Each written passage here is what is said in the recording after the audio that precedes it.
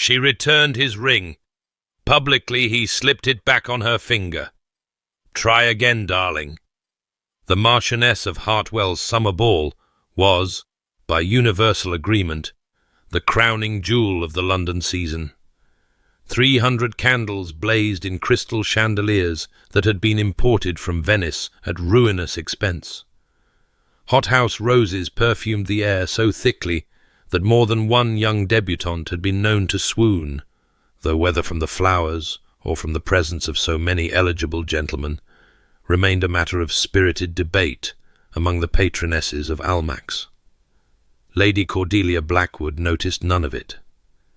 She stood at the edge of the ballroom, her gloved fingers pressed against the cool silk of her skirts, and watched her fiancé move through the crowd with the easy grace of a man who had been born to command rooms such as this. Lord Sebastian Ashworth, Earl of Thornbury, was speaking with Lord Dashwood near the French doors that led to the garden terrace. His dark head was bent slightly to catch his companion's words, and even from this distance Cordelia could see the sharp intelligence in his grey eyes, the controlled set of his shoulders beneath his perfectly tailored evening coat. He had not looked at her once since they arrived. 3 months, she thought, and the familiar ache bloomed beneath her breastbone. 3 months of an engagement that had been announced in all the papers, discussed in all the drawing-rooms, and dissected by every gossip in the ton.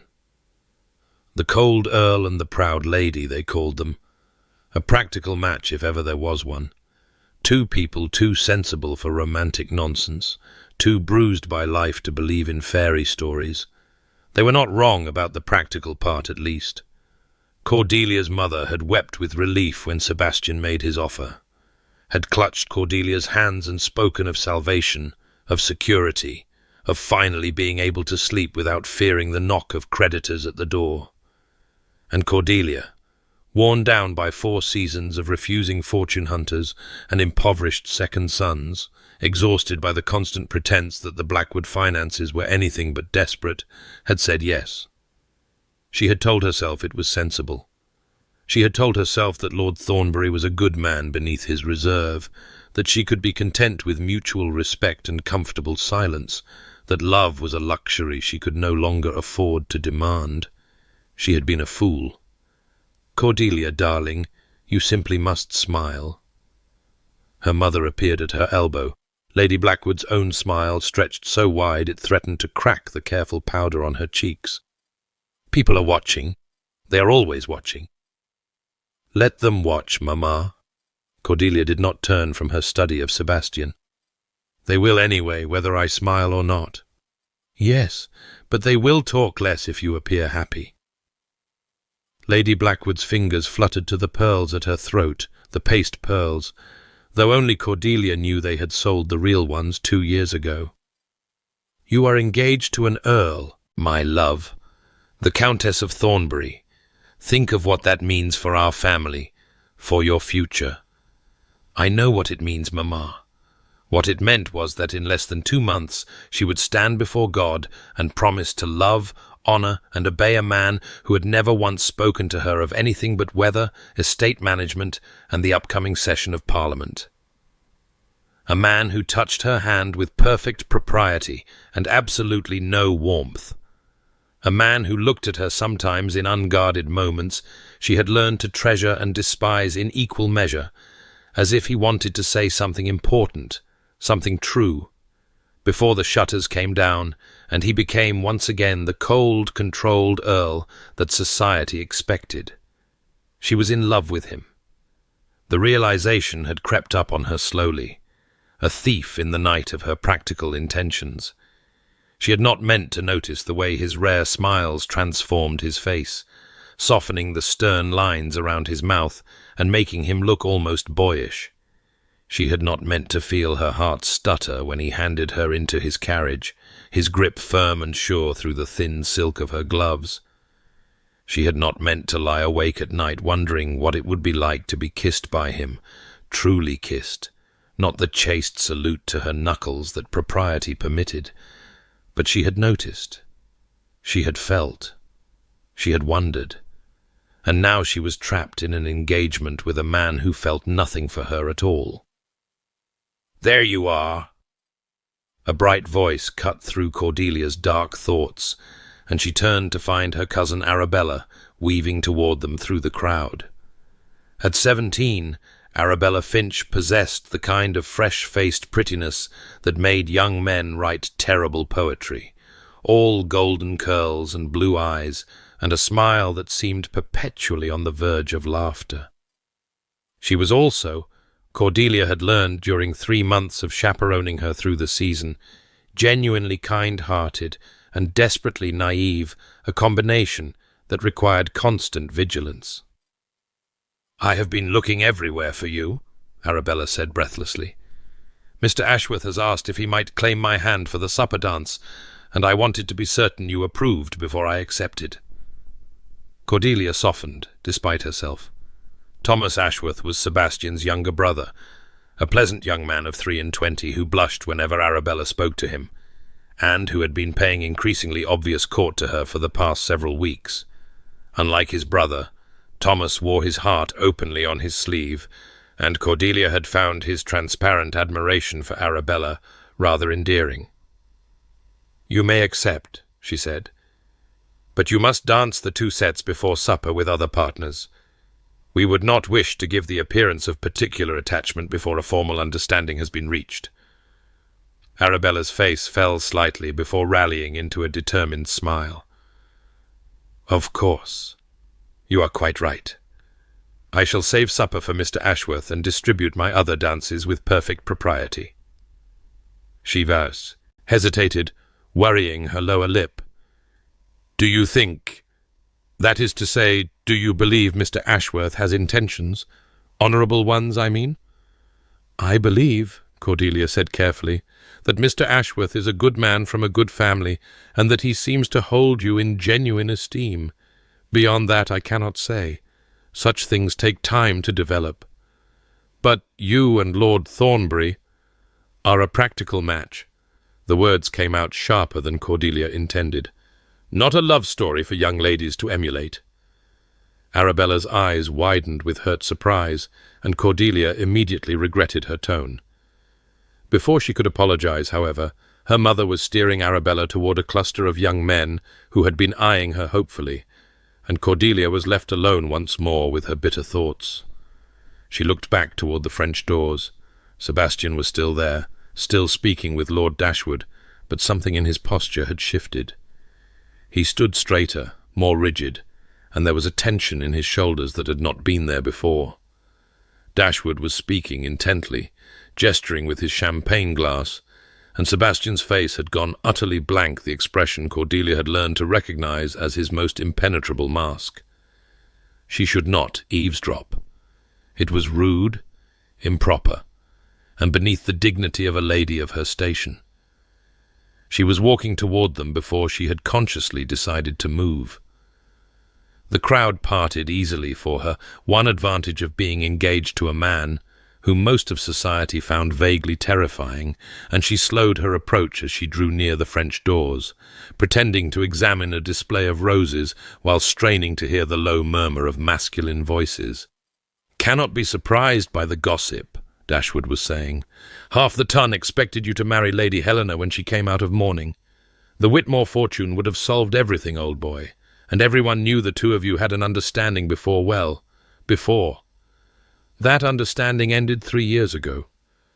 Sebastian's voice was flat, colourless. "By her choice, as I recall." "Yes, well, circumstances have changed, haven't they? She's a wealthy widow now, and you're engaged to a woman whose family can barely afford candles for their own drawing-room. People talk, Sebastian. They wonder why a man in your position would choose a practical arrangement over— is that what they call it?" Something flickered in Sebastian's tone, amusement perhaps, or something darker. "A practical arrangement? What else would they call it?" Dashwood laughed, the sound grating against Cordelia's ears. "You've made no secret of your intentions. A bride with the proper connections and enough beauty to breed handsome heirs, nothing more. No romantic illusions, no messy emotions. Exactly what you required after Helena made such a spectacle of breaking things off. Yes. Sebastian's voice was quiet now, almost contemplative. Exactly what I required. Cordelia did not hear the rest. The blood was rushing in her ears, drowning out the music and the chatter and the clink of champagne glasses, drowning out everything except those words echoing in her skull like a death knell. A practical arrangement. No romantic illusions. Exactly what I required. She had known, of course. She had always known. But knowing something in the abstract was very different from hearing your fiancé confirm it to his friend in tones of such casual indifference, as if the question of whether he cared for his future wife was barely worth discussing. Her hand went to the ring on her left hand before she was aware of moving. The sapphire caught the candlelight, blue fire trapped in a circle of gold, and she remembered the day Sebastian had placed it on her finger. His face had been carefully neutral, his words precisely correct. I hope you will do me the honor of wearing this as a symbol of our understanding, not our love, not our future, our understanding. Well, she understood now. She understood with brutal, devastating clarity. She was nothing more than a convenient solution to a problem, a well-bred vessel for heirs, a placeholder until he could figure out whether Lady Helena, whoever Lady Helena was, might be convinced to take him back now that she had a wealthy widow's freedom to choose as she pleased. Cordelia turned away from the French doors before Sebastian could notice her standing there. Her face felt strange, stiff, as if it belonged to someone else.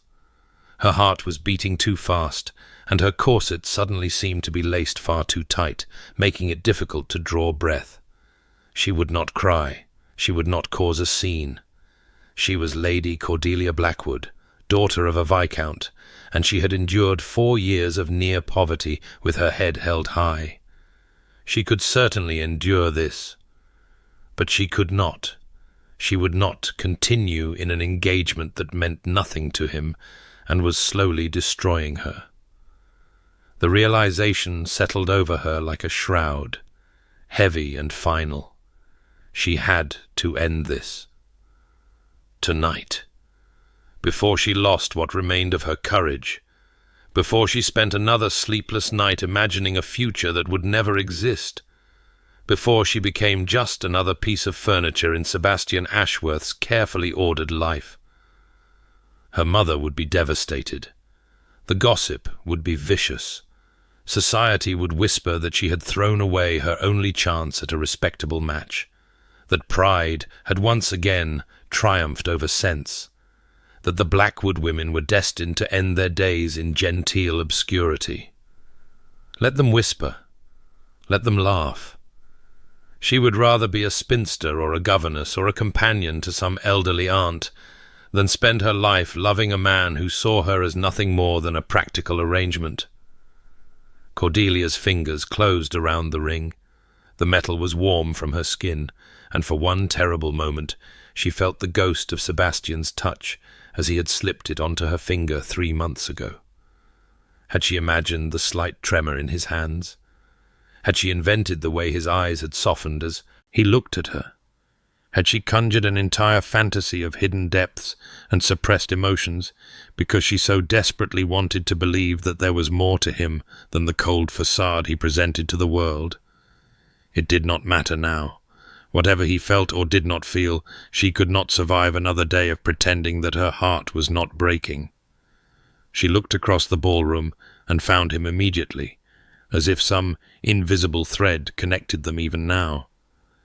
He had left Lord Dashwood and was making his way toward the dance floor, probably looking for her to claim the set they had promised each other earlier in the evening. His dark hair gleamed in the candlelight, and his grey eyes swept the room with that cool, assessing gaze that had first caught her attention at a musicale 9 months ago. "I could have loved you," she thought, and the pain of it nearly buckled her knees. "I do love you, God help me, but I will not be your practical arrangement." She began to walk toward him. The crowd seemed to part before her, guests stepping aside with curious glances that Cordelia neither noticed nor cared about. Her vision had narrowed to a single point. Sebastian's face, turning toward her as he sensed her approach, his eyebrows drawing together in the faintest suggestion of a frown. "Cordelia," he said her name like a question, and something in his voice made her falter for just a moment. "Is something wrong? You look— I need to speak with you." "Of course." He reached for her arm, the automatic gesture of a gentleman toward his intended. "Shall we find somewhere private?" "No." The word came out louder than she intended, and she saw heads turning in her peripheral vision. "Good. Let them see. Let them all see. This will not take long, and I see no reason to hide what I have to say." Sebastian's expression flickered surprise, perhaps, or the beginning of alarm before settling into careful blankness. "Very well. What is it you wish to discuss?" Cordelia pulled off her glove, tugging at the fingers with short, sharp movements that spoke of barely controlled emotion.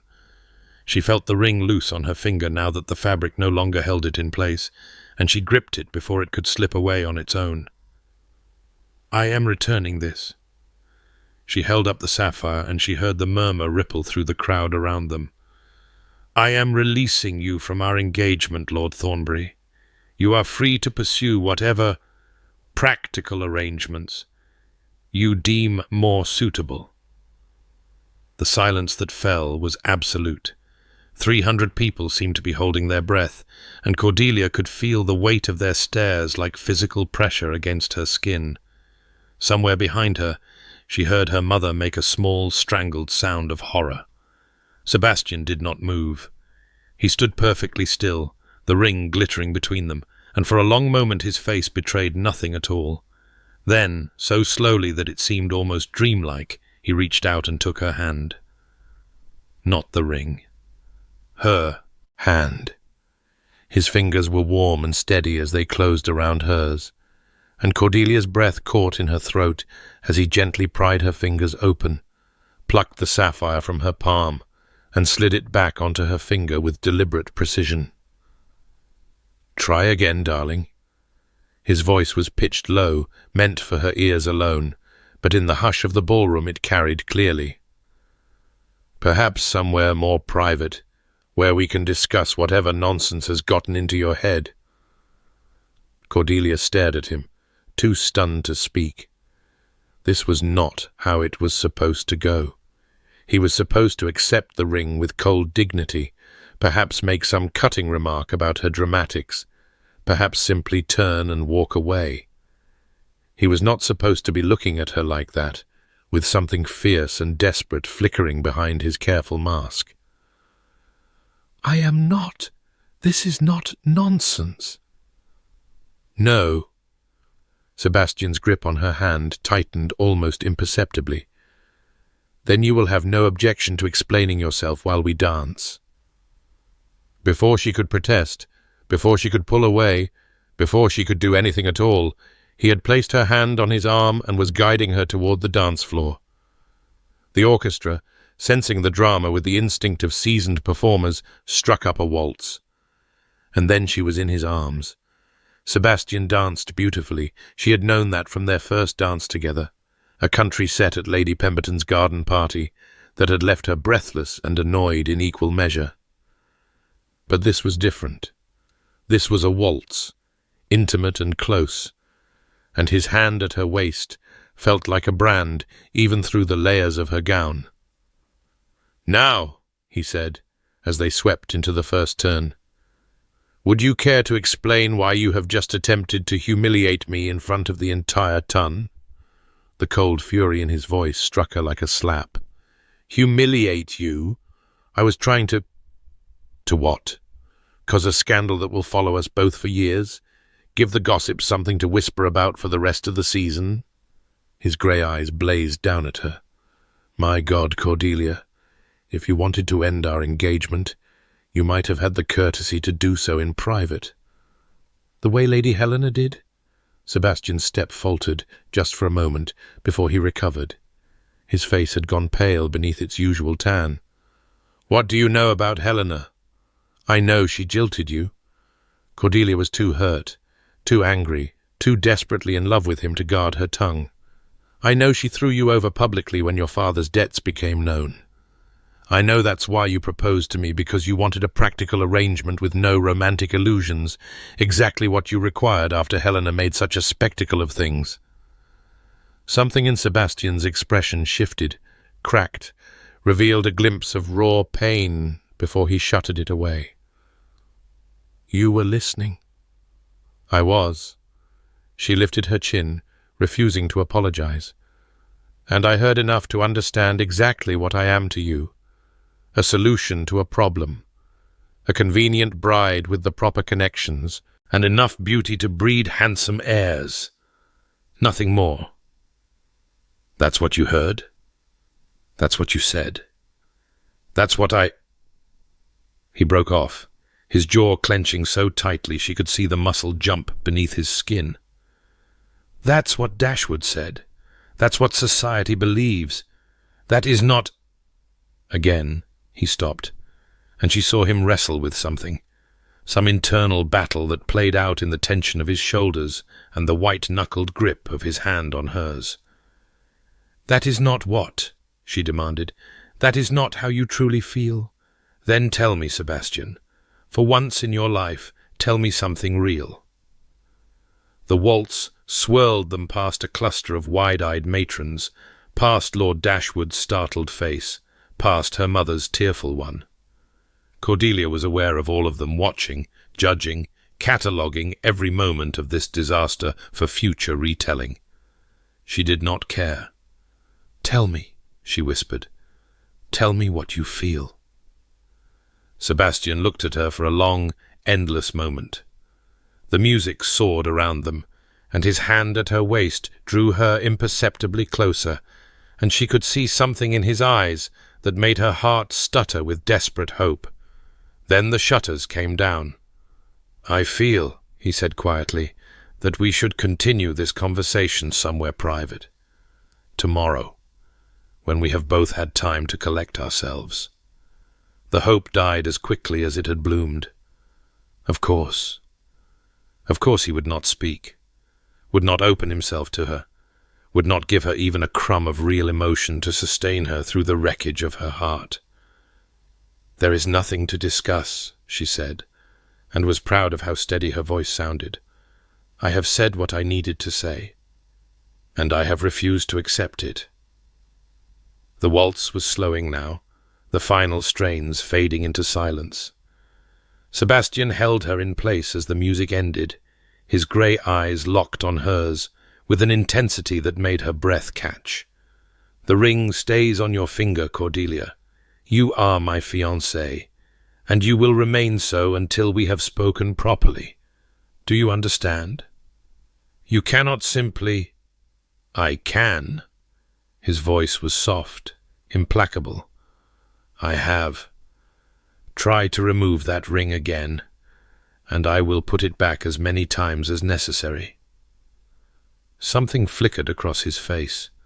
Frustration, perhaps, or something more complicated. Whatever you think you heard, whatever conclusions you have drawn, you are wrong, and I will prove it to you, if you give me the chance. Why? The word escaped before she could stop it, raw and aching with everything she was trying so hard not to feel. Why does it matter to you whether I stay or go, if I am nothing but a practical arrangement? Sebastian's hand tightened convulsively on hers. For one breathless moment, she thought he would finally say something true, something that would change everything. Instead, he released her and stepped back, his expression once again a mask of aristocratic composure. Because I do not accept defeat, he said coolly, and I do not allow others to make decisions for me. We will speak tomorrow at 3 o'clock. I will call on you at your mother's house. He bowed over her hand with perfect propriety, turned on his heel, and walked away, without a backward glance.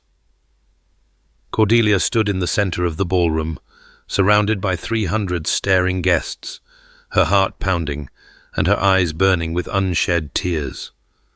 The sapphire ring glittered on her finger, warm from his touch, a shackle she had not chosen, and could not seem to escape. She was still his fiancée, and despite everything, despite the humiliation, despite the unanswered questions, despite the certainty that she was nothing to him but a convenient solution, a small, traitorous part of her soul was glad. Cordelia. Her mother materialized at her elbow, gripping her arm with fingers that trembled. "What have you done? What were you thinking? The entire ton saw everyone will talk." "Let them talk, Mamma." Cordelia's voice sounded strange to her own ears, hollow and distant. "They will anyway. But the engagement is apparently still intact."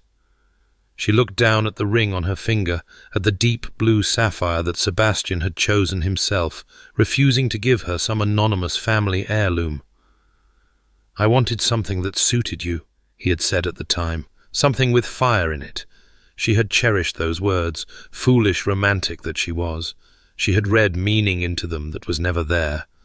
"Oh, thank God!"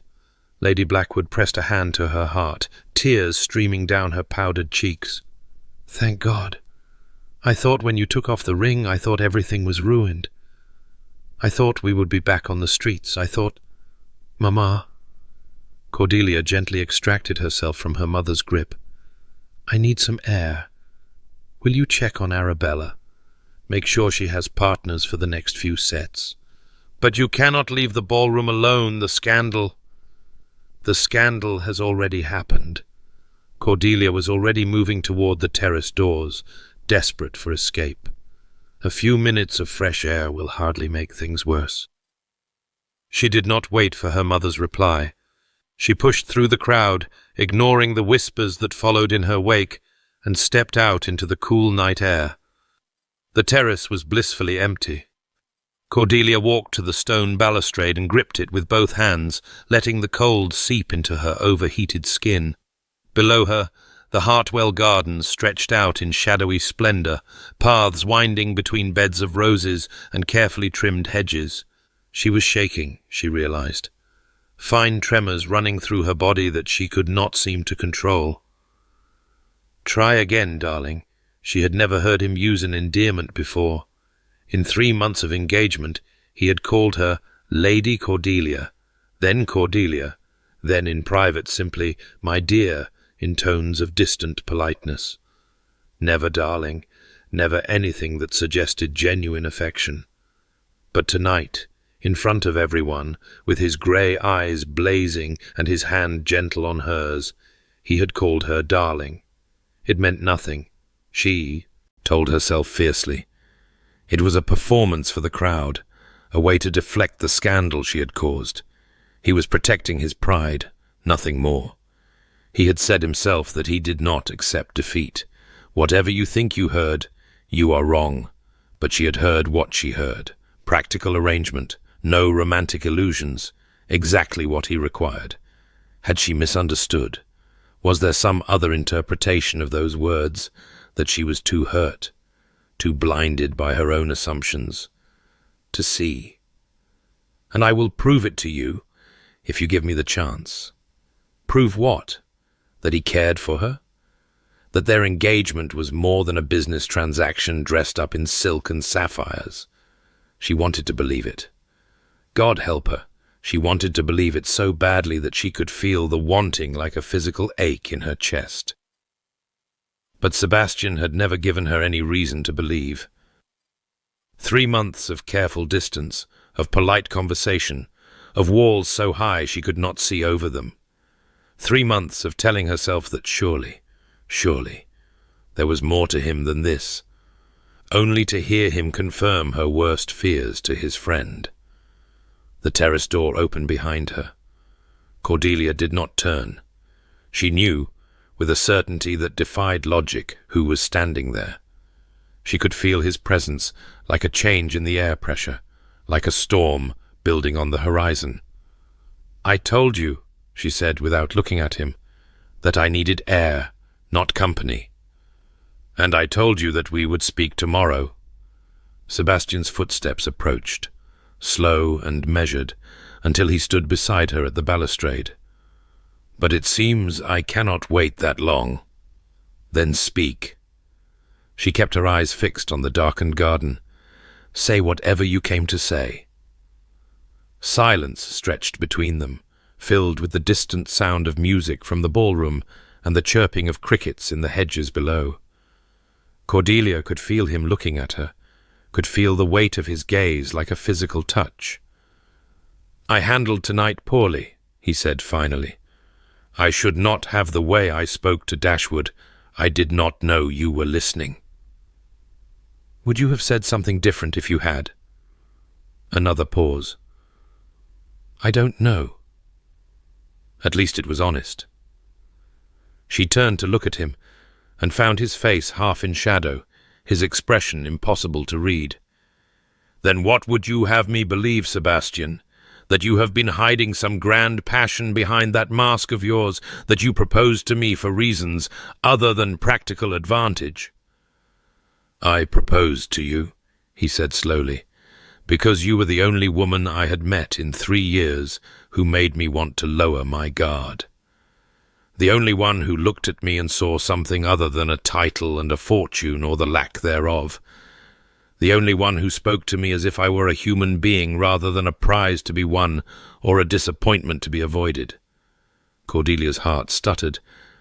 Then why? Because I am afraid. The words seemed to be torn from him against his will.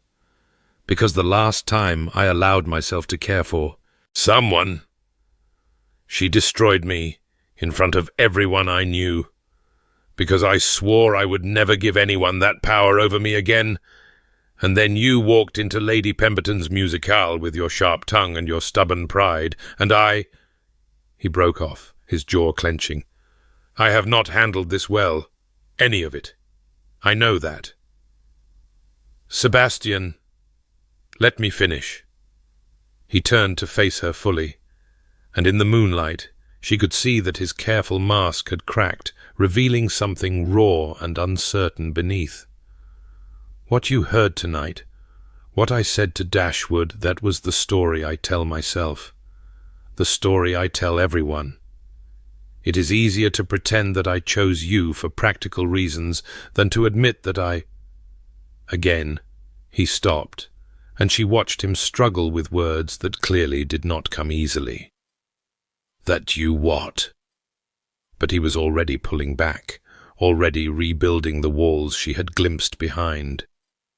Tomorrow, he said.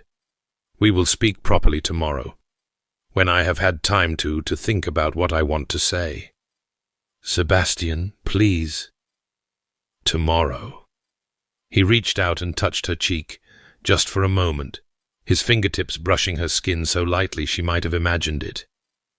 Whatever else you believe about me, believe this. I am not ready to let you go. I may never be ready. And if that makes me a selfish bastard, then so be it. He turned and walked back toward the ballroom, leaving Cordelia alone on the terrace, with her heart pounding and her thoughts in chaos. She looked down at the ring on her finger, at the sapphire that glowed like captured moonlight. I am not ready to let you go. It was not a declaration of love. It was not even an explanation. But it was something. Something more than she had ever expected from the cold, controlled Earl of Thornbury. And God help her, it was enough to make her want to stay. The terrace door closed behind him, and Cordelia pressed her hand to her chest, as if she could physically contain the hope that was blooming there despite her best efforts to crush it. Tomorrow, he had said. Tomorrow they would speak properly. Tomorrow, perhaps, she would finally learn whether her heart was safe in Sebastian Ashworth's keeping, or whether loving him would destroy her completely. She did not know which outcome frightened her more. The clock in the drawing-room had been ticking for exactly 47 minutes past 3 o'clock, and Sebastian had not come. Cordelia sat in the chair nearest the window, her needlework untouched in her lap, watching the street below with an intensity that bordered on obsession. Every carriage that passed made her heart lurch. Every gentleman's figure on the pavement drew her forward in her seat, before disappointment settled back into her bones. He was not coming. Perhaps he was delayed, her mother offered from across the room, where she had been pretending to read the same page of her novel for the past half-hour. Gentlemen have many demands on their time. Business matters, estate concerns. He is not coming. Mama! Cordelia set aside her embroidery hoop with careful precision, refusing to let her hands tremble. Whatever he intended to say last night, he has clearly thought better of it in the cold light of day. You cannot know that. I know that Lord Thornbury is never late. Cordelia rose from her chair and moved to stand before the empty fireplace, needing something to look at besides the treacherous street. In 3 months of acquaintance, he has arrived precisely on time for every engagement, every outing, every call. He is late today because he does not wish to come at all. The admission hurt more than she had expected. After everything that had passed between them on the terrace, the raw honesty in his voice, the fleeting touch of his fingers on her cheek, those words that had kept her awake half the night she had allowed herself to hope. Foolish. She was always foolish where Sebastian Ashworth was concerned. A knock sounded at the front door, and Cordelia's heart stopped entirely for 3 painful beats before it resumed at twice its normal speed. She heard the butler's measured tread in the hallway, the murmur of voices, and then, Mr. Thomas Ashworth to see Lady Cordelia and Lady Blackwood. Not Sebastian. His younger brother. Cordelia composed her features into pleasant neutrality as Thomas entered the drawing-room, hat in hand, looking rather like a golden retriever that had been caught digging in the garden. He had Sebastian's height, but none of his imposing presence, his features softer and more open, his brown eyes filled with obvious discomfort. "Lady Cordelia, Lady Blackwood." He bowed to each of them in turn. "I hope I am not intruding." "Not at all, Mr. Ashworth." Lady Blackwood rose to greet him with the warmth she reserved for any member of a titled family. "You are always welcome. May I offer you tea?" "No, thank you. I cannot stay long." Thomas twisted his hat in his hands, a nervous gesture that reminded Cordelia painfully of Arabella. "I came to deliver a message from my brother." The words landed like stones in the pit of Cordelia's stomach. A message. Not Sebastian himself, but a message carried by proxy.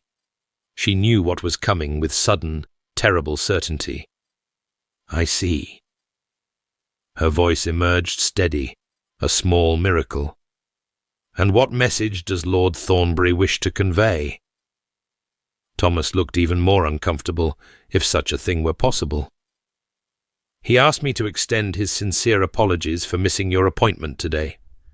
He was called away on urgent business this morning, a matter regarding our estates in Hampshire that could not wait. He expects to be away from London for at least a week, possibly longer." A week.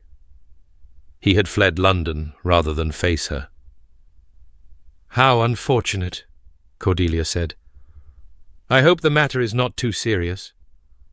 "I do not believe so. Something about tenant disputes and drainage issues."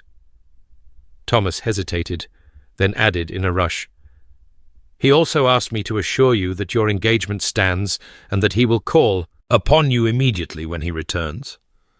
How reassuring.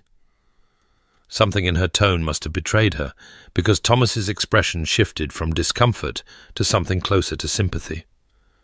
"Lady Cordelia, if I may speak frankly, Mr. Ashworth, there is no need.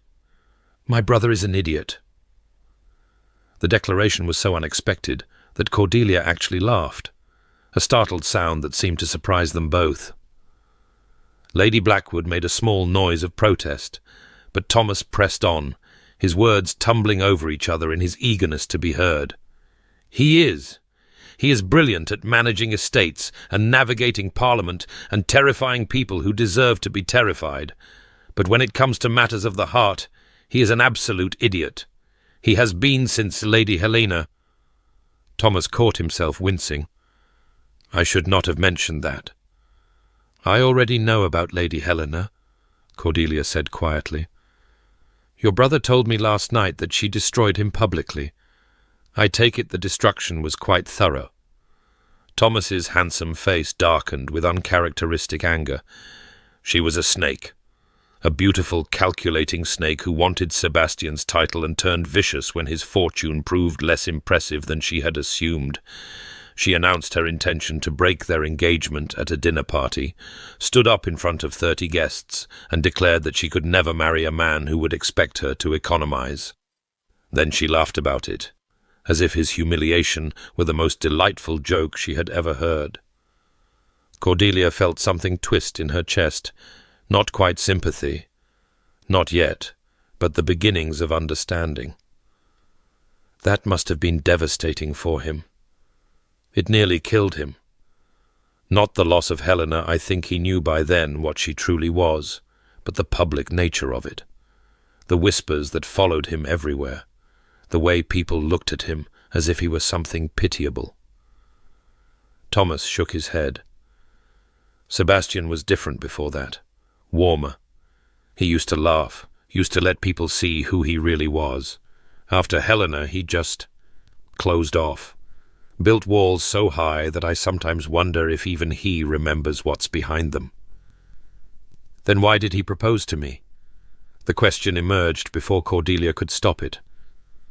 If he is so determined never to be vulnerable again, why risk another engagement at all? Thomas was quiet for a moment, his brown eyes thoughtful. Because you are nothing like Helena. Because when he looks at you, I see something in his face that I have not seen in years. Because for all his talk of practical arrangements and sensible matches, my brother is desperately in love with you and too terrified to admit it. The words hit Cordelia like a physical blow. She gripped the mantelpiece to steady herself, aware that her mother was watching with barely concealed hope, aware that Thomas was waiting for some response, aware that her heart was beating so hard it seemed to shake her entire body. "You cannot know that," she whispered. "He has never said, Sebastian." "Never says anything that matters. That is precisely the problem." Thomas stepped closer, his expression earnest. "But I know my brother, Lady Cordelia. I have watched him watch you when he thinks no one is looking. I have heard him speak of you with a warmth he has not shown to anyone in years. And I saw his face last night after your confrontation on the terrace. He looked like a man who had just been offered everything he ever wanted and was too afraid to reach out and take it. If he cared for me, he would be here. He would not have fled to Hampshire. He fled to Hampshire because he has no idea how to do this, how to open himself up again, how to risk being hurt, how to tell a woman he loves her when the last time he tried she destroyed him in front of everyone he knew." Thomas's voice was gentle but insistent. "Give him time, Lady Cordelia. Do not give up on him yet." Cordelia closed her eyes, overwhelmed by conflicting emotions she could not begin to sort through. Hope and fear and anger and longing all tangled together in a knot that seemed to tighten with every breath. "I do not know if I can," she admitted. "I do not know how much longer I can endure this uncertainty. Loving someone who refuses to love me back, or who loves me but will not say so, I am not certain which is worse." Thomas reached out and took her hand, with a presumption that would have been shocking if his intentions had not been so clearly fraternal. "1 week," he said. "Give him 1 week to sort himself out. And if he returns and still cannot tell you how he feels, then I will personally help you pack your things and escape to the continent." Despite everything, Cordelia found herself smiling. "You are a good man, Mr. Ashworth. Your brother does not deserve you." "No, he does not. But I keep him around anyway. Someone has to make sure he does not ruin the best thing that has ever happened to him." Thomas released her hand and stepped back, retrieving his hat from the table where he had set it. "I should go. Miss Finch was hoping I might call this afternoon, and I find myself strangely reluctant to disappoint her." Cordelia felt a genuine warmth bloom through the anxiety in her chest. Arabella is in the blue parlour, practicing her watercolours. I am certain she would welcome a visitor. Then I shall impose upon your hospitality a moment longer. Thomas bowed again, his smile bright and uncomplicated in a way that his brother's never was. Thank you for hearing me out, Lady Cordelia, and please do not lose hope. Sebastian is worth waiting for, even if he makes the waiting insufferably difficult. He departed for the blue parlour, leaving Cordelia alone with her mother and the heavy silence of unspoken questions. "Well," Lady Blackwood said after a long moment, "that was rather illuminating." "Yes." Cordelia sank back into her chair, suddenly exhausted. "I suppose it was." "Do you believe him? About Lord Thornbury's feelings?" Cordelia considered the question carefully, turning it over in her mind like a stone whose facets she had not yet fully examined. "I believe Thomas believes it. Whether that makes it true, you love him." It was not a question. Her mother's voice was soft, almost wondering. "I thought when you accepted his proposal, I assumed it was for the security, for the position. But you love him." "I love him." The admission came easier than she had expected, perhaps because there was no longer any point in denying it. "I did not mean to. I knew it was foolish. Knew that he would never feel the same. Knew that I was only setting myself up for heartbreak. But somewhere between our first dance and our 20th conversation about estate management, I fell in love with him anyway." Lady Blackwood was quiet for a long moment.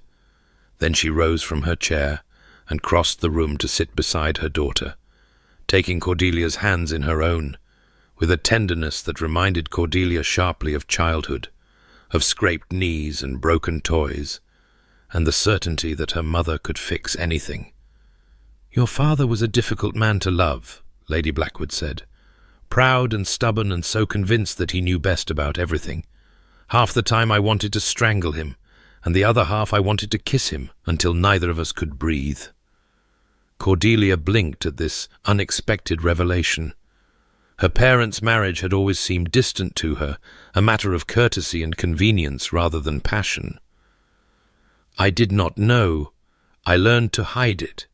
After he died, it seemed easier not to speak of what we had been to each other, easier to focus on practical matters, on ensuring our survival." Her mother's eyes were bright with unshed tears.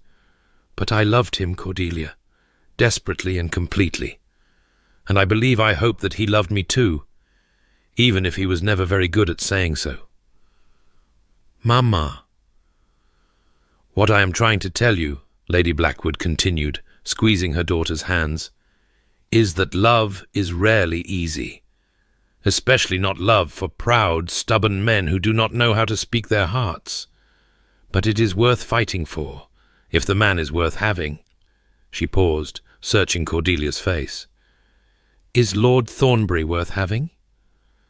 Cordelia thought of Sebastian's rare smiles, of the way his eyes softened when he thought no one was watching, of his gentle patience with Thomas and his careful courtesy to Arabella. She thought of the man on the terrace who had admitted to being afraid, who had touched her cheek as if she were something precious, who had said he was not ready to let her go. "Yes," she said, "I believe he is." "Then wait for him. Give him the week his brother asked for, and when he returns, make him tell you the truth one way or another." Lady Blackwood smiled, a little sadly. "Life is too short for uncertainty, my darling. I learned that lesson too late. Do not make my mistakes." Cordelia leaned forward and embraced her mother, feeling the delicate bones beneath her silk gown, smelling the familiar lavender of her perfume. "Thank you, Mamma." "For what?" "For understanding. For not being angry about last night. For—" She pulled back, smiling through the tears that had begun to slip down her cheeks. For being my mother." Lady Blackwood cupped her daughter's face in her hands, brushing away the tears with gentle thumbs. "I am always your mother, even when you are being impossibly dramatic in the middle of the season's most important ball." Cordelia laughed, and for the first time since the previous night, the weight on her chest began to ease. The week stretched into 10 days, and still Sebastian did not return.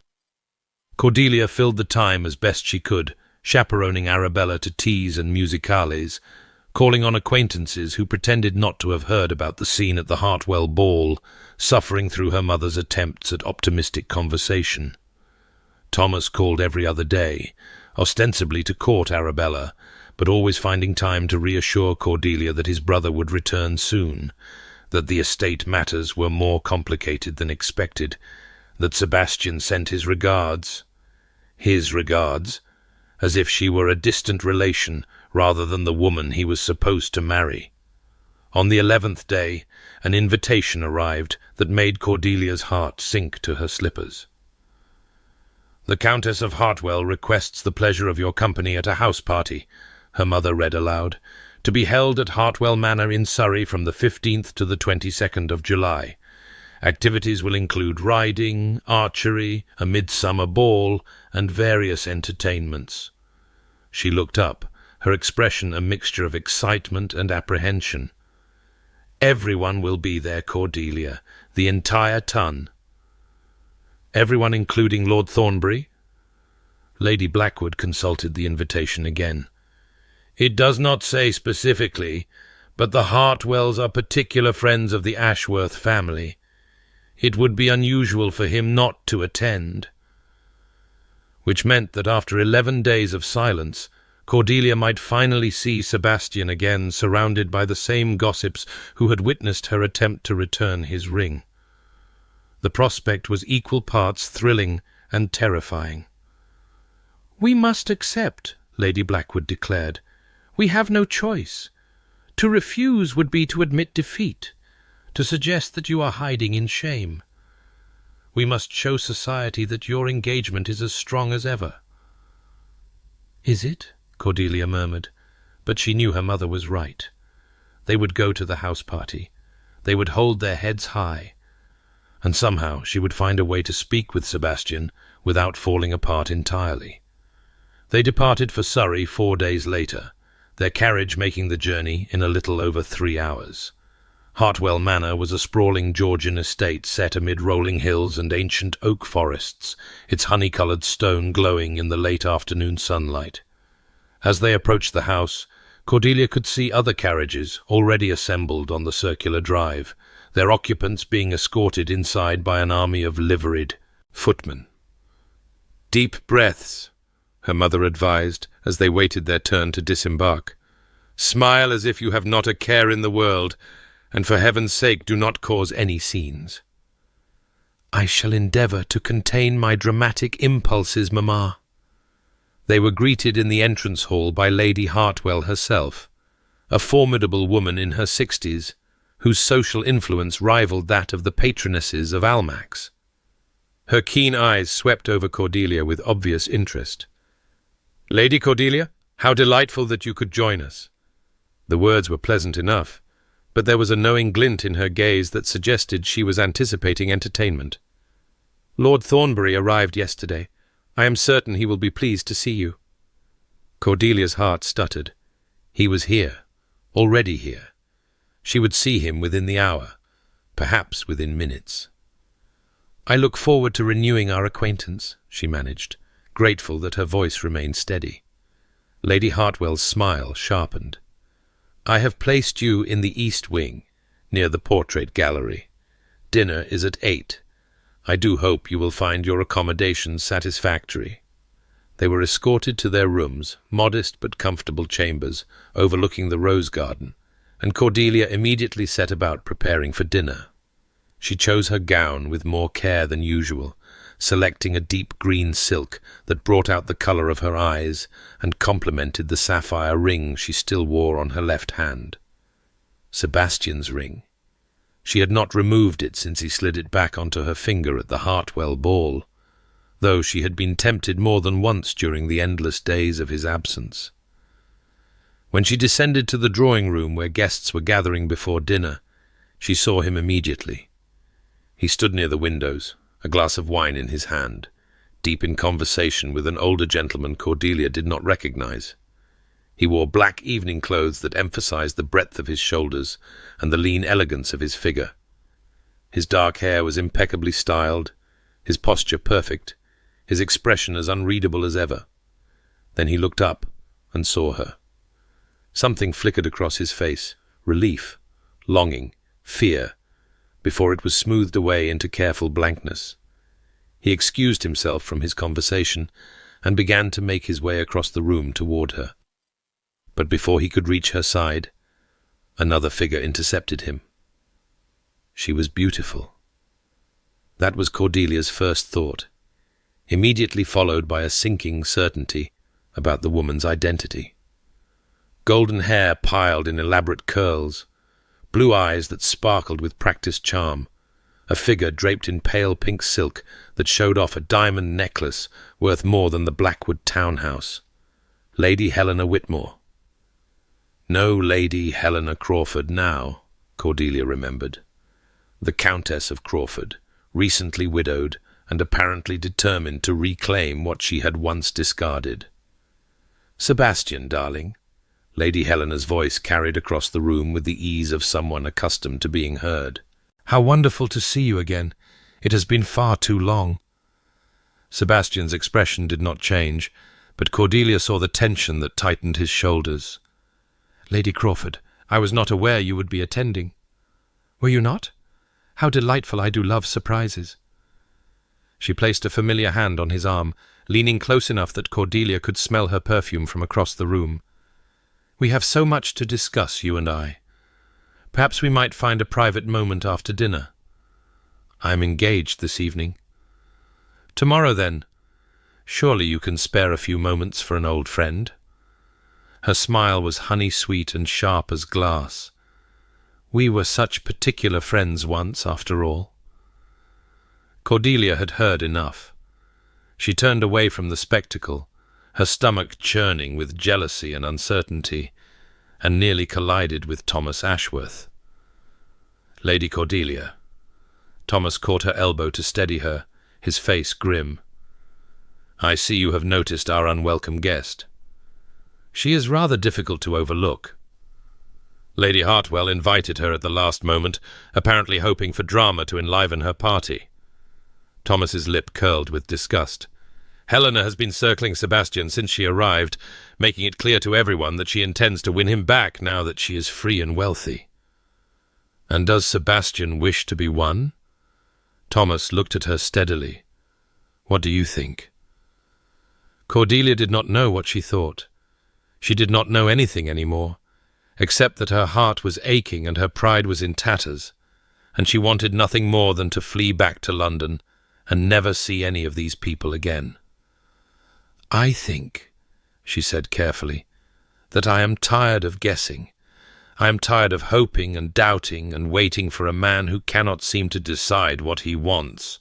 If Sebastian wishes to resume his association with Lady Helena, he is welcome to it. I will not stand in his way. Cordelia, Miss Finch is looking for you." She nodded toward the opposite corner of the room, where Arabella stood with Lady Blackwood, casting hopeful glances in Thomas's direction. "You should go to her." Thomas hesitated, clearly wanting to say more, but Arabella chose that moment to catch his eye and smile, and he was lost.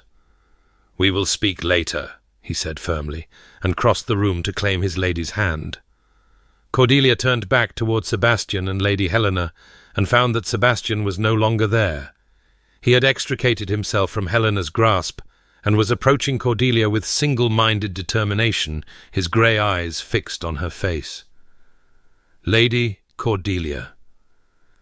His voice was low, rough around the edges in a way she had never heard before. "May I escort you in to dinner?" She should refuse. She should make him work for her attention, punish him for 11 days of silence, and the spectacle of Helena's proprietary touch on his arm. But when she looked into his eyes and saw the uncertainty flickering beneath his careful control, she could not bring herself to turn him away. "You may."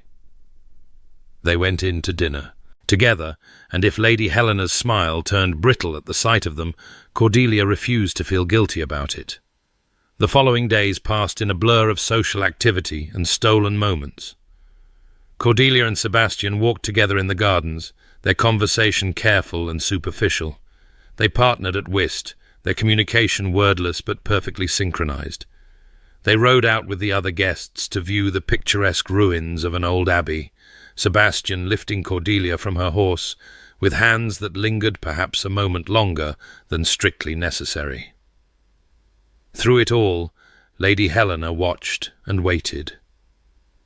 She was never far from Sebastian's side, appearing at his elbow whenever Cordelia turned away, engaging him in conversation about their shared past, dropping reminders of their former intimacy in honeyed tones.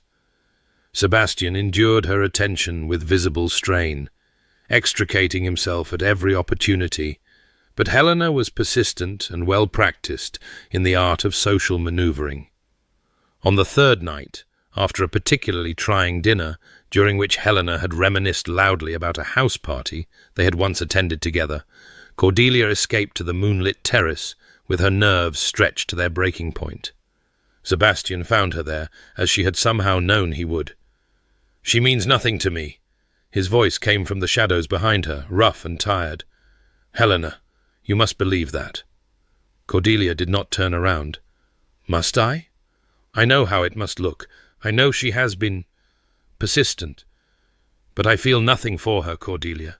Nothing except contempt for what she did, and relief that I discovered her true nature before it was too late. And yet she seems very certain of her reception." Sebastian moved to stand beside her at the balustrade, close enough that she could feel the warmth of his body, but not quite touching. In the moonlight, his face was all angles and shadows, his grey eyes almost silver. "Helena is certain of many things that are not true. She believes that money and beauty are sufficient to overcome any obstacle, that my pride can be purchased as easily as a new bonnet, that I have been pining for her these past 3 years, and will fall gratefully into her arms now that she deigns to notice me again." His voice hardened. "She is wrong on all counts." "Then why—" Cordelia stopped, frustration making her reckless. "Why did you run away to Hampshire? Why 11 days of silence?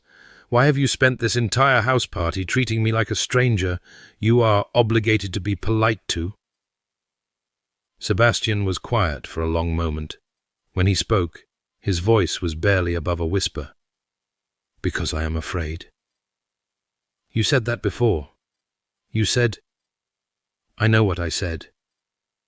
He turned to face her fully, and she saw something in his expression that made her breath catch. Vulnerability. Raw, unguarded vulnerability. The kind he had spent years learning to hide. "I told you I was afraid, and then I fled to Hampshire like a coward, because I could not bear to look you in the eye and admit what I was afraid of." "And what are you afraid of, Sebastian?" He reached out and took her hand, his fingers trembling slightly as they closed around hers. "I am afraid of how much I love you. I am afraid that if I allow myself to feel it fully, to speak it aloud, you will have the power to destroy me the way Helena did, only worse. Because what I felt for her was nothing compared to what I feel for you." Cordelia's heart stopped. "Sebastian, I love you." The words emerged as if torn from him, ragged and desperate and utterly sincere. "I have loved you since the first time we danced. When you told me my reputation for coldness was almost certainly exaggerated because truly cold people did not bother to ensure their partners were comfortable. I have loved you through every conversation about crop rotation and tenancy agreements, through every awkward silence I did not know how to fill, through every moment I wanted to kiss you, and did not because I was terrified of what would happen if I let myself. Why did you never— Because I am a coward." His grip on her hand tightened. because I had convinced myself that a practical arrangement was safer than love, that if I never admitted how I felt, you could never use it against me. I watched Helena smile at me across the ballroom tonight, and I realized how monstrously unfair I have been to you, making you doubt, making you wonder, making you offer to return my ring, because I had given you no reason to believe it meant anything more than a transaction. Tears were streaming down Cordelia's face, but she did not care. I heard you talking to Lord Dashwood at the Hartwell ball. You said our engagement was exactly what you required, and I was lying. To him, to myself, to anyone who would listen. Sebastian raised his free hand and cupped her cheek, brushing away her tears with his thumb. You are not what I required, Cordelia. You are what I need, what I want, what I will spend the rest of my life trying to deserve, if you will give me the chance. She kissed him. It was not a proper kiss, not the chaste brush of lips that an engaged couple might exchange under the watchful eyes of society. It was desperate and consuming, 3 months of suppressed longing finally given voice. Sebastian's arms came around her waist, pulling her close, and she felt his heart pounding against her chest as fiercely as her own. When they finally broke apart, both breathing hard, his forehead rested against hers, and his eyes were bright with something that looked remarkably like joy. "Does this mean you forgive me?" Cordelia laughed, a sound that was half sob. "It means I love you too, you impossible man. I have loved you for months, and I tried so hard not to because I thought—" "I know what you thought. I gave you every reason to think it." He pressed a kiss to her forehead, her cheek, the corner of her mouth. "I am so sorry, Cordelia. I will spend the rest of our lives making it up to you, I swear." "A lifetime of apologies might suffice," she said, smiling through her tears. "But I should warn you I have very high standards." "I would expect nothing less from the woman I love." They stood together in the moonlight, wrapped in each other's arms, and for the first time in months, Cordelia felt the weight of uncertainty lift from her shoulders. He loved her. Sebastian Ashworth, Earl of Thornbury, the cold and untouchable man who had built walls around his heart, he loved her. The terrace door opened behind them. How touching! Lady Helena stood silhouetted in the doorway, her beautiful face twisted with something ugly. The proud Lady Cordelia and the grieving Earl, finally united in their grand passion. How romantic! How nauseating! Sebastian released Cordelia and stepped in front of her, his body shielding her from Helena's malice. "You should go back inside, Helena. This conversation does not concern you." "Doesn't it?" Helena stepped onto the terrace, her pale gown glowing in the moonlight like a ghost's. "I should think it concerns me very much, considering that you were mine long before this provincial nobody caught your eye." "I was never yours. I was a prize you wanted, nothing more, and when the prize turned out to be worth less than you had calculated, you discarded me without a second thought." "I made a mistake." Helena's voice softened, became cajoling. "Surely you can forgive a mistake, Sebastian. We could have been magnificent together." "We still could be. My husband left me everything. I am one of the wealthiest women in England now. Think of what we could accomplish with my fortune and your title. Think of the life we could build." Sebastian's voice was ice. "The only life I want to build is with Cordelia. The only future I can imagine is one with her beside me. You are nothing to me. Helena less than nothing. You are a cautionary tale I tell myself when I am tempted to hide behind walls, rather than risking my heart." Helena's composure cracked. "You cannot be serious. This woman, this daughter of a penniless viscount, you would choose her over me?" "I would choose her over anyone." Sebastian reached back and took Cordelia's hand, lacing his fingers through hers. She is worth more than you could ever understand, more than your fortune, more than your beauty, more than anything in this world." For a moment, Helena stood frozen, her face a mask of disbelief and wounded pride. Then her expression hardened into something venomous. "You will regret this," she said quietly, "both of you. Society does not forget, and I have many friends who will be only too happy to remind everyone of your inadequacies. The cold earl and his impoverished bride, what a pathetic pair you make." She turned on her heel and swept back into the house, the terrace door slamming behind her with a sound like a thunderclap. Cordelia released a breath she had not realized she was holding. Well, that was bracing. Sebastian pulled her close again, his arms wrapping around her as if he feared she might disappear. "I am sorry. I am sorry she is here. Sorry she said those things. Sorry that I ever gave her reason to believe—" "Hush." Cordelia placed her fingers over his lips, silencing him. "She does not matter. She never did. What matters is us, here, now." "And tomorrow?" His eyes searched her face. "And all the tomorrows after that?" "All of them." She smiled up at him, her heart so full it seemed impossible to contain. "Every single one. I am not going anywhere, Sebastian. You are stuck with me now." "That," he said solemnly, "is exactly what I was hoping you would say." He kissed her again, softer this time, a promise rather than a confession. And when they finally parted, Cordelia felt something settle into place in her chest, not just love, but certainty, peace, the knowledge that whatever storms lay ahead, they would face them together. The terrace door opened again, and they both tensed, expecting Helena's return. But it was Thomas who appeared, his face pale and his expression urgent. "Cordelia, Sebastian, you need to come inside right away." "What is it?" Sebastian demanded. "What has happened?" Thomas swallowed hard. "It's Miss Finch. She has received word from London her father has died. She is asking for Cordelia." The peace shattered as quickly as it had formed. Cordelia gathered her skirts and hurried toward the door, Sebastian close behind her, their moment of stolen joy already fading into the shadows. There would be time for love later, she told herself. Time for promises and plans, and the future they had only just begun to imagine. First there was duty. First there was grief. First there was Arabella.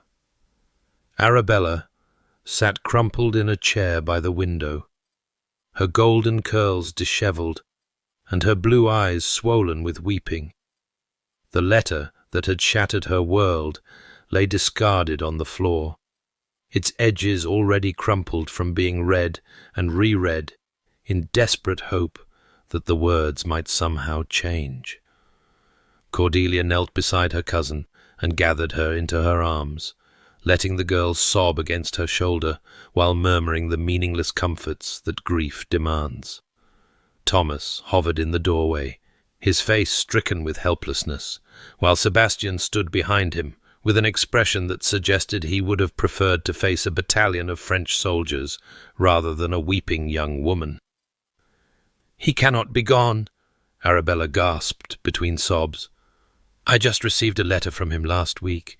He said he was feeling better, that the physician had given him hope." "I know, darling, I know." Cordelia stroked her cousin's hair, her own heart aching with remembered grief. She knew too well what it was to lose a father, to have the foundation of your world crumble without warning. These things sometimes happen very quickly. There is no way to prepare. But I was not there. I was here, dancing and laughing and— Arabella's voice broke. "I should have been with him. He died alone, Cordelia. My father died alone. He had servants who cared for him. He had friends nearby. He was not alone. Even as she spoke the words, Cordelia was not certain they were true. Mr. Finch had been a solitary man since his wife's death, devoted to his daughter, but uncomfortable in company. The thought of him dying without family at his bedside was almost unbearable. "I need to go home." Arabella pulled back, wiping her eyes with the back of her hand in a childlike gesture that made her look even younger than her 17 years. "I need to see him, to arrange things. There will be so much to arrange." "Of course. We will leave first thing in the morning." "I want to leave now." "It is nearly midnight, darling. The horses are stabled. The coachmen are abed." "Then I will walk." Arabella stood abruptly, swaying on her feet. "I will walk to London if I must. I cannot stay here another moment, pretending that everything is normal when my father is when he is." She collapsed into fresh sobs, and Cordelia caught her before she could fall. Thomas was at their side in an instant, his strong arms supporting Arabella's slight frame. "Let me help," he said quietly. "Let me take her to her room. She needs rest, even if she cannot sleep." Cordelia hesitated, looking between her cousin and the young man who loved her. It was improper for Thomas to enter Arabella's bedchamber, scandalous even under these circumstances, but there was nothing improper in his eyes. Only tenderness and a desperate desire to ease her pain. "Stay with her until her maid arrives," Cordelia said finally. "No longer." Thomas nodded and guided Arabella toward the door, one arm around her waist to keep her upright. As they passed Sebastian, the brothers exchanged a look that communicated more than words could convey: understanding, support, the unspoken bonds of family. Then they were gone, and Cordelia was alone with Sebastian. "Your cousin will need you in the coming weeks," he said quietly. "Perhaps longer. Grief is not something that resolves quickly." "I know." Cordelia sank into the chair Arabella had vacated, suddenly exhausted. "I remember what it was like when my father died. The world simply stopped making sense. Everything I thought I understood about my life, my future, my place in the world, all of it changed overnight." Sebastian crossed the room and knelt before her, taking her hands in his. "If you need to postpone the wedding—" "No." The word came out more forcefully than she intended. "I mean, we should discuss it, of course. Consider what is appropriate given the circumstances. But I do not want to postpone, Sebastian. I have spent too long waiting, doubting, wondering if we would ever reach this point. I do not want to wait any longer. Nor do I." He raised her hands to his lips and pressed a kiss to her knuckles. "But Arabella is your family. Her needs must come first." "They will. We will take her home tomorrow, help her through the funeral, ensure she is settled and supported, and then—" Cordelia paused, struck by a sudden thought. "Where will she live? Her father's house was rented, I think. She has no other family except me and my mother." "Then she will live with us." Sebastian spoke as if it were the most obvious thing in the world. "Thornbury Manor has more than enough room, and Thomas will want her nearby. We can give her a proper season next year if she wishes, or she can simply stay as long as she needs to heal." Cordelia stared at him, her heart swelling with love and gratitude. "You would do that? Take in a grieving girl you have known for only a few months? She is your family. That makes her mine." Sebastian's grey eyes were soft in the candlelight. "Besides, I rather like Miss Finch. She has a good heart, and she makes my brother happy. 2 excellent recommendations in my book." Cordelia leaned forward and kissed him, a gentle brush of lips that conveyed more than words ever could. When she pulled back, Sebastian's expression was wondering, almost dazed. "What was that for?" for being exactly the man I always hoped you were, for proving that the cold Earl of Thornbury was never more than a mask. She touched his cheek, tracing the line of his jaw. For loving me, even when I was too afraid to see it. I will spend the rest of my life making sure you never doubt it again. He turned his head and pressed a kiss to her palm. Now, you should rest. Tomorrow will be difficult, and Arabella will need your strength. And you? What will you do? I will make arrangements for our departure. Speak to Lady Hartwell. Ensure our carriages are ready at first light. He rose, pulling her to her feet. Go to bed, Cordelia. I will handle everything else. She allowed him to escort her to her chamber door, where propriety demanded they part ways. But before she could slip inside, Sebastian caught her hand one last time. I love you, he said quietly. I know I should have said it months ago, should have said it every day since we met, but I am saying it now, and I will keep saying it until you are thoroughly tired of hearing it. I will never be tired of hearing it. Then I will say it forever. He kissed her forehead, her cheek, the corner of her mouth. Good night, my love. I will see you in the morning. He walked away down the corridor, and Cordelia watched until he disappeared around the corner before finally entering her room and closing the door behind her. Her maid was waiting to help her undress, but Cordelia barely noticed the familiar rituals of removing pins and unlacing stays. Her mind was filled with Sebastian's words, his touch, the wonder of knowing that he loved her as desperately as she loved him.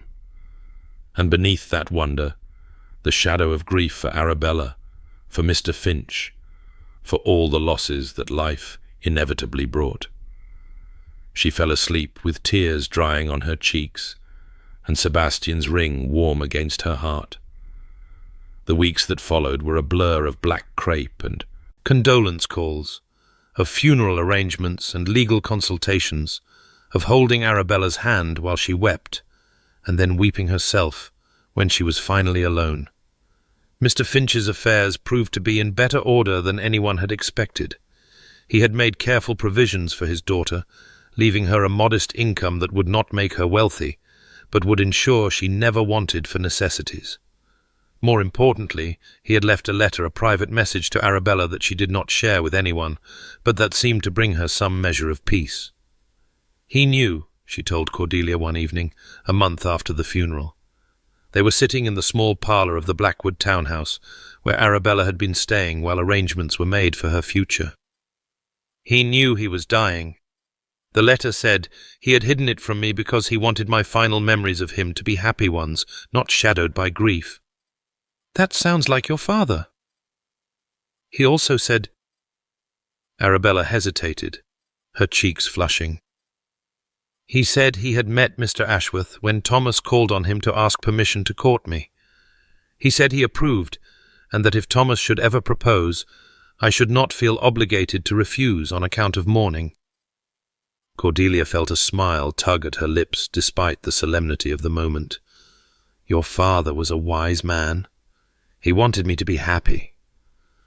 Arabella's eyes filled with fresh tears, but these were different from the desperate sobs of those first terrible days. There was acceptance in them now, the beginning of healing. He wanted me to live my life fully, even after he was gone. He said that grief should not become a prison. He was right. Cordelia took her cousin's hand. And neither is Lord Thornbury. Arabella managed a watery smile. I know you have been postponing your wedding on my account. Please do not wait any longer.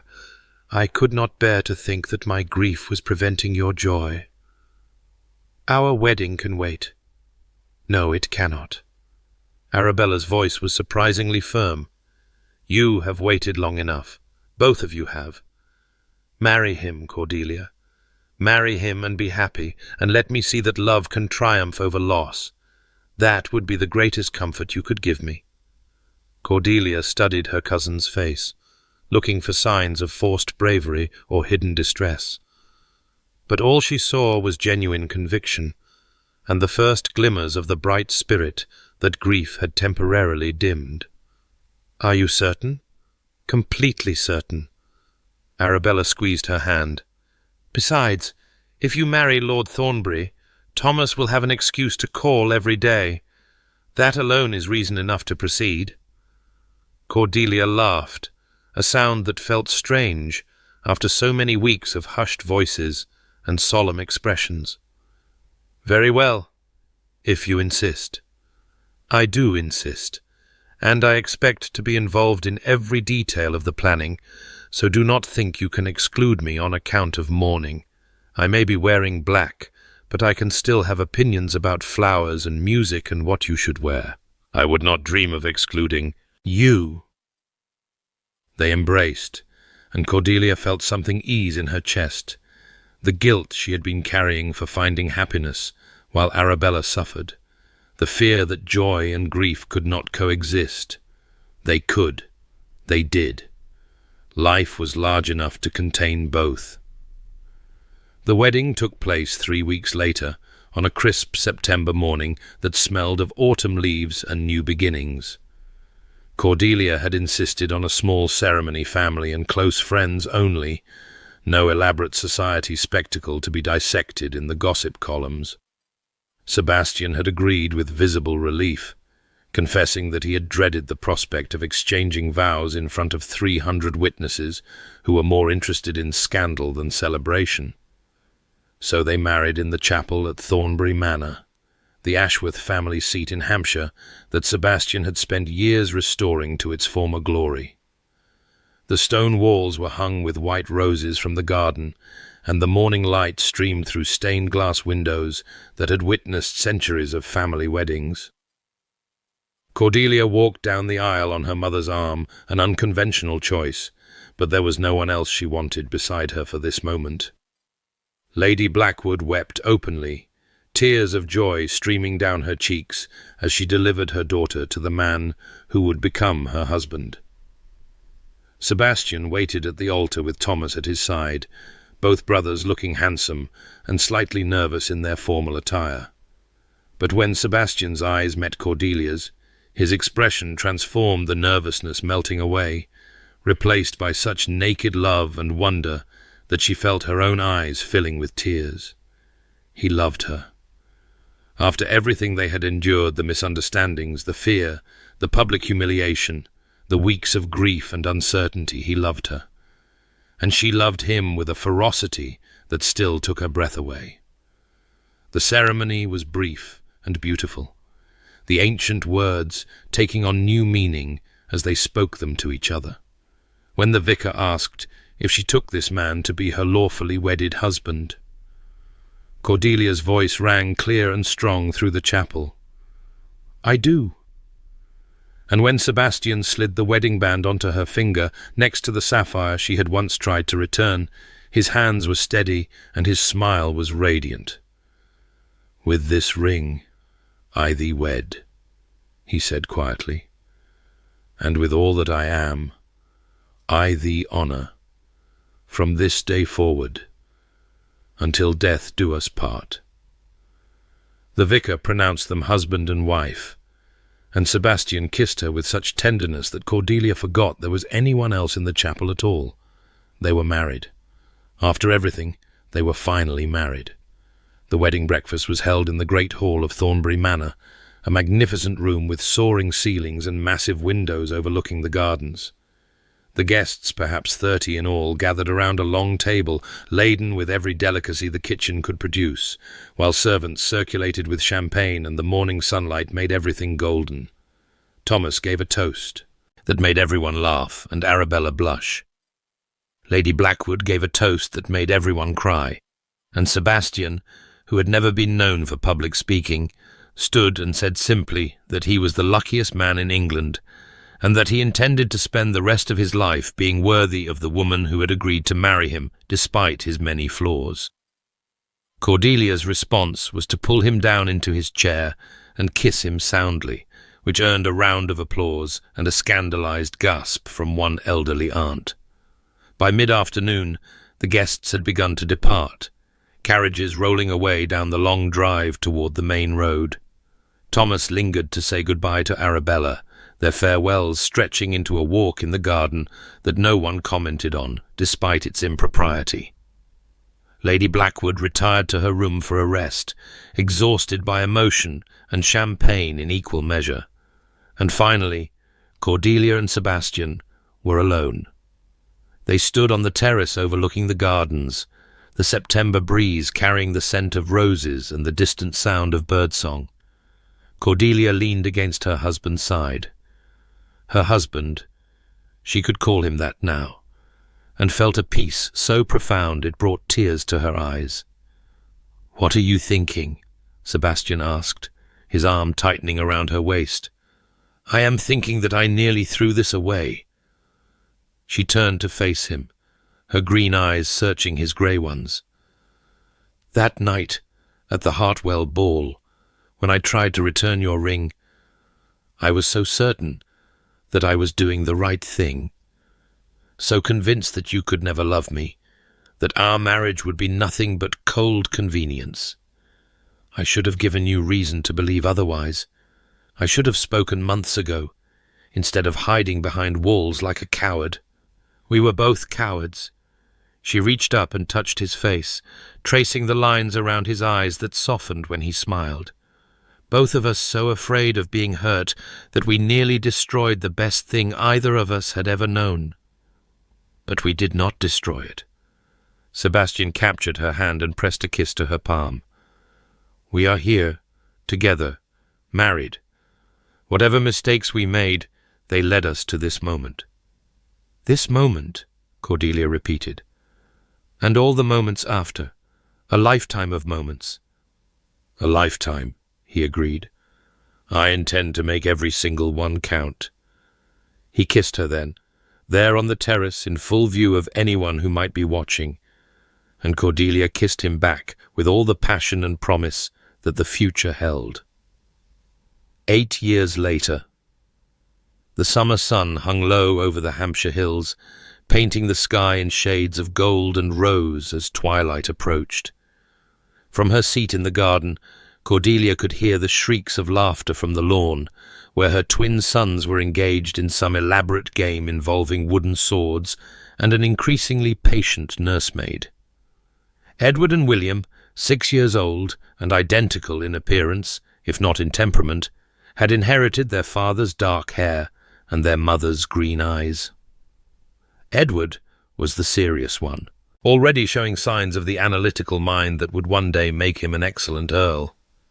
William was wild and adventurous, forever climbing trees and making mischief, testing the limits of every rule. Cordelia loved them both with a fierceness that still surprised her, even after 6 years of motherhood. "Mama! Mama, look!"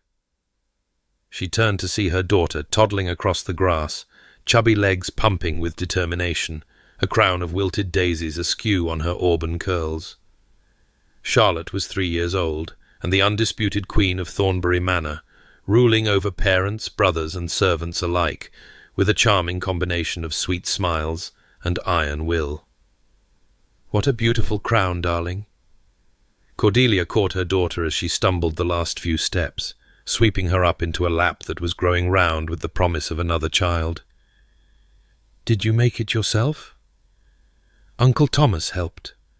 Charlotte snuggled against her mother's chest, her thumb finding its way to her mouth. "He said it was fit for a princess."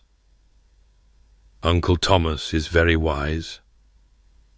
From across the garden, Thomas waved, his own brood of children, 3 at last count, with a 4th on the way tumbling around him like puppies. Arabella sat nearby under a parasol, her golden hair faded only slightly by the years, her belly swelling with new life, even as she laughed at something her husband had said. They visited often, Thomas and Arabella, bringing their chaos and their joy to fill the halls of Thornbury Manor.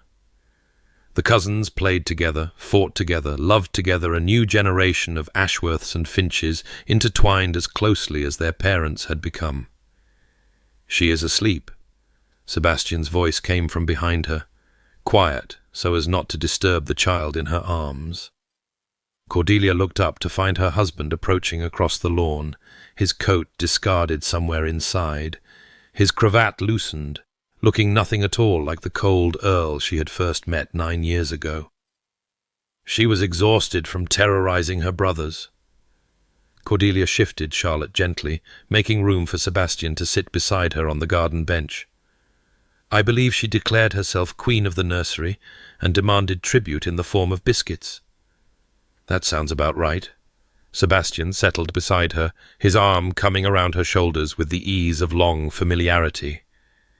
She will be a formidable woman some day.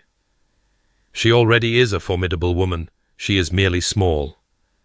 Sebastian laughed, the sound warm and unreserved in a way that still made Cordelia's heart flutter. He laughed often now at his children's antics, at Thomas's terrible jokes, at the small absurdities of daily life. The walls he had built around himself had crumbled long ago, replaced by something softer and infinitely more beautiful. They sat together as the sun sank toward the horizon, watching their sons play and their daughters sleep, listening to the distant sounds of family and friendship. Cordelia leaned her head against Sebastian's shoulder and felt the baby, the bum, inside her shift and kick, a reminder of the future still unfolding. "Do you remember," Sebastian said quietly, "when you tried to give back my ring?" Cordelia smiled. "I remember you refusing to take it. It was the most terrifying moment of my life." He turned to look at her, his grey eyes soft in the fading light. "I thought I had lost you. I thought my own foolish pride had driven you away forever." "But you put the ring back on my finger." "I could not let you go. Even then, when I had not yet found the courage to tell you how I felt, I knew that losing you would destroy me." He lifted her hand, the sapphire engagement ring glinting beside the simple gold band that marked their marriage. "You have worn it every day for 8 years." "I have." She turned her hand in his, lacing their fingers together. "And I will wear it for 8 more, and 8 more after that. For as long as I live." Sebastian raised her hand to his lips and pressed a kiss to the sapphire, then to her wedding ring, then to her palm. "I love you, Cordelia Ashworth.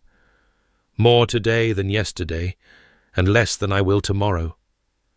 "That is rather poetic for a man who once claimed to have no romantic sentiments. You have ruined me completely." He grinned, looking young and carefree in a way that still delighted her. "I am now hopelessly romantic and entirely devoted to my wife.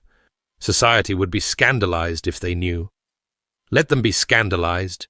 She leaned up and kissed him, soft and sweet, mindful of the sleeping child between them. "I rather like you this way." "Good. Because I have no intention of changing." The sun slipped below the horizon, painting the sky in colors too beautiful for words.